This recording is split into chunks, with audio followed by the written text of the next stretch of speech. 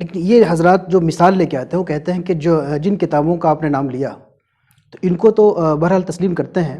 وہ کہتے ہیں کہ جو حضرت غوث پاک کا جو تصوف ہے، حضرت جنید بغدادی کا جو تصوف ہے، حضرت شہاب الدین سہروردی کا جو تصوف ہے، یہ کتاب و سنت والا تصوف ہے. ادھر جب ہم آتے ہیں فتوحات کی طرف، ابن عربی کا جو تصوف ہے، شہاب الدین مختول کا جو تصوف ہے، تو اس کو کہتے ہیں کہ یہ فلسفہ ہے. تو جب تک تصوف کتاب و سنت والا رہے گا ہم اس کو مانیں گے، جب تک اور جب تصوف کے اندر فلسفہ آ جائے تو ہم اس کو نہیں مانیں گے. فلسفہ تو الگ ہے، دین الگ ہے. کیا کہا جائے ان کو؟ افسوس یہ ہے کہ اب جو طبقہ یہ باتیں کہہ رہا ہے اس نے ٹھیک سے فصوص الحکم پڑھا بھی نہیں ہے. تو پڑھنا تو دور کی بات اور سمجھنا اس سے بھی دور کی بات. کسی اور کے قول کو بغیر سوچے سمجھے نقل کر دینا مناسب نہیں ہے. شیخ اکبر محی الدین ابن عربی علوم اسلامیہ کے ان گنے چنے ماہرین میں سے ایک ہیں جن پر زمانے کا اجماع ہے. اور جب کسی کے ماہر ہونے پر اجماع ہو جائے تو اس کی رائے کو، اس کی آراء کو یکسر غلط قرار دے دینا بڑی جہالت ہے. جہاں تک فلسفے کا تعلق ہے تو کیا علم کلام پر بحثیں نہیں ہیں کہ یہ مسلمانوں کی تقدیر خراب کر رہا ہے اور یہ مسلمانوں کو اصل موضوع سے دور لے جا رہا ہے؟ اس کے باوجود علم کلام پڑھا گیا اور اس میں مہارت حاصل کی گئی.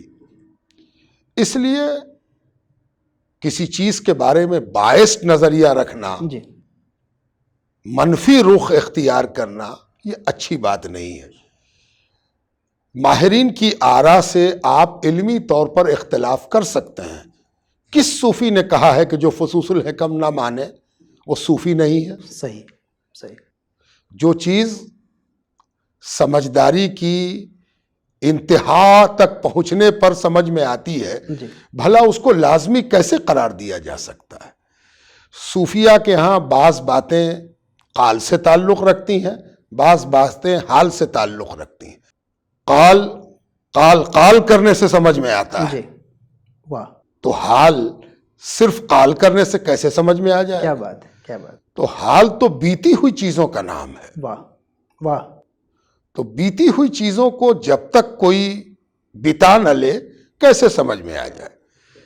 ایک دیگ خانقاہ عرفیہ میں تیار ہو اور اسے ڈھکن کھولنے سے پہلے کسی کی رائے کا شکار بنا دیا جائے، جب تک کوئی چکھے نہیں وہ نمک کے بارے میں رائے دے، وہ چینی کے بارے میں رائے دے، وہ ذائقے کے بارے میں رائے دے، کیسے صحیح ہو سکتی؟